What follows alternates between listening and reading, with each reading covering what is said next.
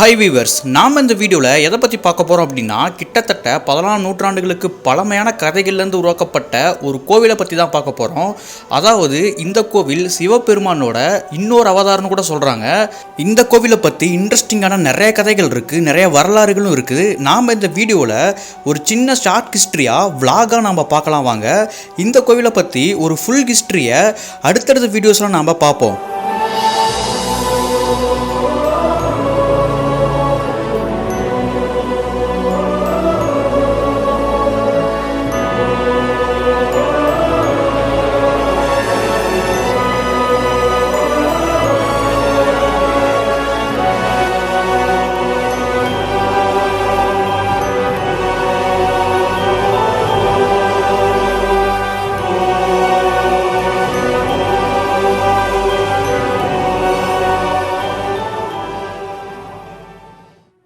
சரியாக ஒரு 6:30 மணிக்கெலாம் நாங்கள் மாதேஸ்வரம் மலைக்கு கிளம்புனோம்.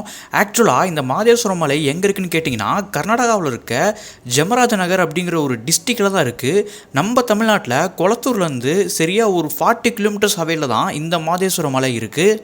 நாங்கள் பார்த்திங்கன்னா பூலாம்பட்டி மேட்டூர் வழியாக தான் மாதேஸ்வரம் மலைக்கு ட்ராவல் பண்ணணும். பூலாம்பட்டி உள்ளூர் மக்கள் மத்தியில் ரொம்ப பிரபலமாக குட்டி கேரளான்னு அழைக்கப்படுறதா இந்த பூலாம்பட்டி. ஆக்சுவலாக பூலாம்பட்டியில் பார்த்திங்கன்னா எப்போவுமே நீரோடைகள்லாம் ஓடிட்டே இருக்கும். இங்கே வறட்சி அப்படிங்கிற விஷயம்லாம் ரொம்ப ரேராக தான் நம்ம ஸ்பாட் பண்ணுவோம். நாங்கள் போன டைமில் பூலாம்பட்டியில் தண்ணி ரொம்ப கம்மியாக தான் இருந்துச்சு. ஸோ பூலாம்பட்டியில் இன்னொரு விஷயம் ஃபேமஸ்னால் அது வந்து மீன் தான். ஸோ காலங்காத்தாலே நீங்கள் வந்தீங்கன்னா இங்கே ஃப்ரெஷ்ஷோட, அதாவது உயிரோட மீன்கள்லாம் இங்கே வாங்க முடியும்.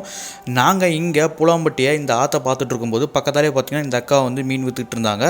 இவங்ககிட்ட ஃப்ரெஷ்ஷான மீன்லாம் இருந்துச்சு. ஸோ உங்களுக்கு ஃப்ரெஷ்ஷான மீன் தேவை அப்படின்னா பூலாம்பட்டி வந்து இங்கே ரீச் பண்ணி நீங்கள் வாங்கிக்கலாம். ஸோ பூலாம்பட்டி டு மேட்டூர் போகிற வழியில் லெஃப்ட் கார்னரில் நீங்கள் பார்த்தீங்கன்னா வியூவெல்லாம் செம்மையாக இருக்கும். ஸோ அந்த மார்னிங் அந்த வியூ பார்க்கவே ரொம்ப சூப்பராக இருக்கும். நீங்கள் பார்க்குற இந்த மலை தான் சித்தேஸ்வரன் என்று அழைக்கப்படுற பாலமலை. இது ஒரு சிவன் கோவில் தான். இங்கேயும் நாம் ஒரு நாள் ஸ்பாட் பண்ணி வீடியோ மேக் பண்ணலாம். ஸோ கொஞ்ச நேரத்தில் நாங்கள் மேட்டூர் ரீச் ஆனோம். மேட்டூர் ரீச் ஆன உடனே எங்கள் கண்ணுக்கு பட்டது இந்த தெர்மல் தான். ஸோ தமிழ்நாட்டில் நிறைய அனல் மின் நிலையங்கள் இருக்கும். அதில் ரொம்ப முக்கியமான அனல் மின் நிலையங்களில் இந்த மேட்டூர் ஒன்று. ஸோ அதுக்கப்புறம் பார்த்திங்கன்னா நாங்கள் மேட்டூர் டேம் வியூ போகிற வழியில் பார்த்தோம். ஸோ மேட்டூர் டேமில் அந்தளவுக்கு தண்ணி இப்போ எதுவும் இல்லை. ஸோ வாட்டர் ஃப்ளோ ரொம்ப கம்மியாக தான் இருந்துச்சு. ஆக்சுவலாக வாட்டர் ஃப்ளோவே இல்லை, ஏன்னா நாங்கள் போன சீசன் அந்த மாதிரி. ஸோ மேட்டூர் டேம் எப்போவுமே இந்த மாதிரி இருக்காது, உங்களுக்கு நல்லாவே தெரியும். நாங்கள் போன சீசனில் தான் இந்த மாதிரி தண்ணி இல்லாமல் ரொம்ப ஒரு வறட்சியாக இருந்துச்சு. இந்தியாவிலே ஒன் ஆஃப் த லார்ஜஸ்ட் டேமில் மேட்டூர் டேம் ஒன்று, அது எல்லாத்துக்குமே தெரிஞ்ச ஒரு விஷயம் தான். ஸோ சுற்றி இருக்கிற பார்க்கெல்லாம் அப்படியே பார்த்துட்டு நாங்கள் கொளத்தூர் போக ஸ்டார்ட் பண்ணோம்.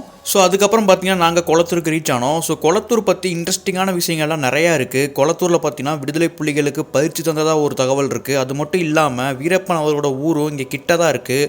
கொளத்தூரில் நிறைய இன்ட்ரெஸ்டிங்கான விஷயங்கள்லாம் இருக்குது. செப்பரேட்டாக ஒரு தனி வீடியோ நம்ம மேக் பண்ணி அந்த விஷயங்கள் எல்லாமே நம்ம பார்க்கலாம்.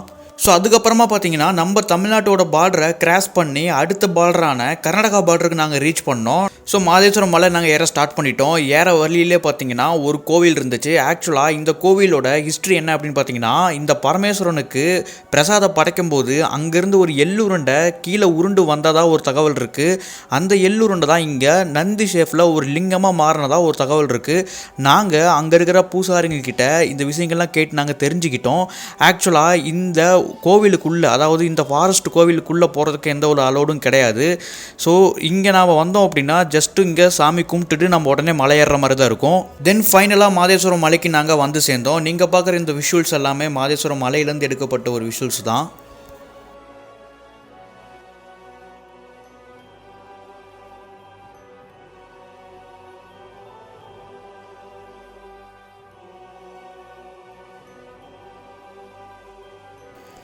ஸோ இதுதான் பார்த்தீங்கன்னா மாதேஸ்வரம் மலையோட பஸ் ஸ்டாண்டு. ஸோ இதில் பார்த்தீங்கன்னா நம்ம தமிழ்நாடு பஸ்ஸும் வரும், கர்நாடகா பஸ்ஸும் வரும். ஸோ மேட்டூர்லேருந்து பஸ்ஸு ஸ்ட்ரெயிட்டாகவே இங்கே இருக்குது. நீங்கள் பஸ்ஸில் வரதா இருந்தாலுமே இங்கே தாராளமாக வரலாம், ஏன்னா மலையிலே இங்கே வந்து உங்களை கொண்டு வந்து விட்டுரும். ஸோ நம்ம அதுக்கப்புறம் பார்த்தீங்கன்னா நம்ம இந்த கோவிலுக்கு ஒவ்வொன்றா என்னென்ன இருக்குதுன்னு சொல்லிட்டு பார்ப்போம் வாங்க. நாம் இங்கே தங்குறதுக்கான ஆப்ஷன்ஸும் இருந்துச்சு. சில காட்டேஜஸ் கூட நாங்கள் இங்கெல்லாம் பார்த்தோம். ஸோ நெக்ஸ்ட் இந்த கோவிலோட ஹிஸ்ட்ரி நம்ம பார்த்தோம் அப்படின்னா, இது ஒரு நீண்ட கால வரலாறுங்க. நாம் இந்த ஹிஸ்ட்ரியை ரொம்ப ஷார்ட்டாக இந்த விளாக் வீடியோவில் பார்க்கலாம். இதுக்குன்னு ஒரு தனி வீடியோவை நம்ம மேக் பண்ணுவோம். ஸோ அந்த வீடியோவில் பார்த்தீங்கன்னா இதோட ஃபுல் ஹிஸ்ட்ரி நம்ம பார்ப்போம். 14ஆம் நூற்றாண்டு காலத்தில் பார்த்தீங்கன்னா சுத்தூர் மடம் ஒரு மடம் இருந்திருக்கு. அந்த மடம் இருந்த டைமில் பார்த்தீங்கன்னா வானத்தில் ஏதோ ஒரு பெரிய வெளிச்சம் ஒன்று தோணிருக்கு. ஸோ அந்த தோன்றி வெளிச்சம் என்னன்னு அப்படின்னு சொல்லிட்டு பார்க்கலான்னு அந்த மடத்துலேருந்து சீடர்கள் எல்லாருமே வெளியில் வந்துட்டு வந்துட்டு இருந்தாங்க.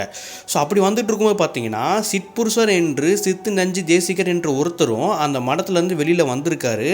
அவர் வெளியில் வந்தோடனே பார்த்தீங்கன்னா ஒரு பையன், அதாவது வெளியில இருந்த ஒரு பையன் பார்த்தீங்கன்னா அவரை பார்த்த உடனே துள்ளி குச்சிட்டு ஓடி வந்து நேராக அவர் முன்னாடி வந்து நின்றுருக்கிறான். ஸோ இவரும் பார்த்தீங்கன்னா அந்த பையனை பார்த்துருக்கான். அந்த பையனை பார்த்தோன்னே இவருக்கு சம்திங் எதுவும் அட்ராக்டிவாக அந்த பையனுக்கிட்டேருந்து சில விஷயங்கள்லாம் தென்பட்டுருக்கு. ஸோ உடனே அந்த பையனை பார்த்தீங்கன்னா அங்கே மடத்துலேயே ஒரு சிவன் பக்தனாக இவர் வளர்த்துறாரு.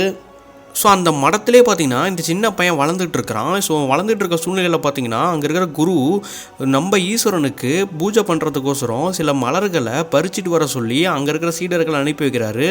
அவங்களோட இந்த சின்ன பையனையும் அவர் அனுப்பி வைக்கிறாரு. அவங்கெல்லாம் மலர்கள்லாம் பறிச்சிட்டு வந்துட்டாங்க. அந்த சின்ன பையனை வரவே இல்லை.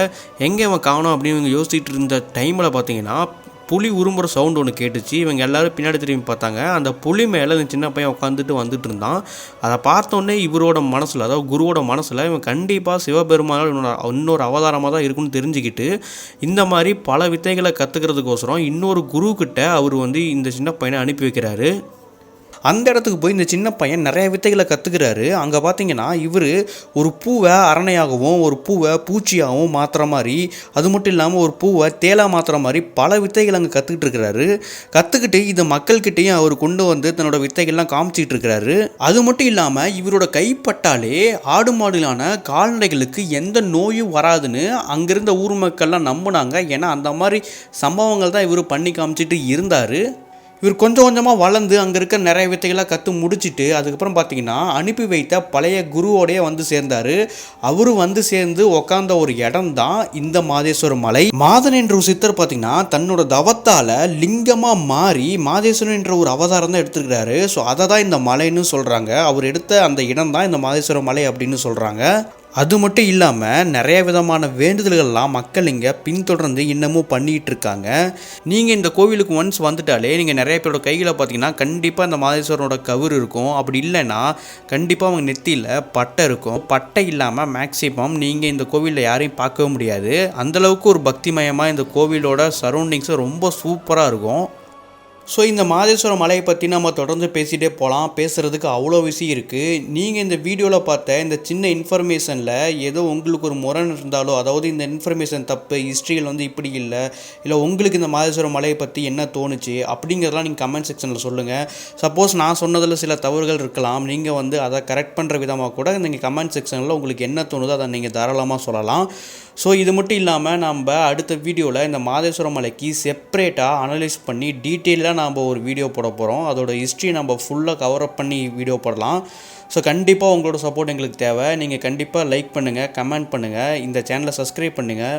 ஸோ உங்கள் ஃப்ரெண்ட்ஸுக்கு இந்த சேனலை நீங்கள் ஃபார்வர்ட் பண்ணி விடுங்க, அவங்களும் பார்க்கட்டும். ஸோ இந்த மாதிரி கோவில் சம்மந்தமாக, இந்த மாதிரி ஹிஸ்ட்ரி சம்மந்தமாக தொடர்ந்து இந்த சேனலில் வந்துட்டுருக்கோம். ஸோ கோவில் ரிலேட்டடாக அதிக வீடியோஸ்லாம் வரும். நீங்கள் கண்டிப்பாக சப்ஸ்கிரைப் பண்ணி வச்சுக்கோங்க.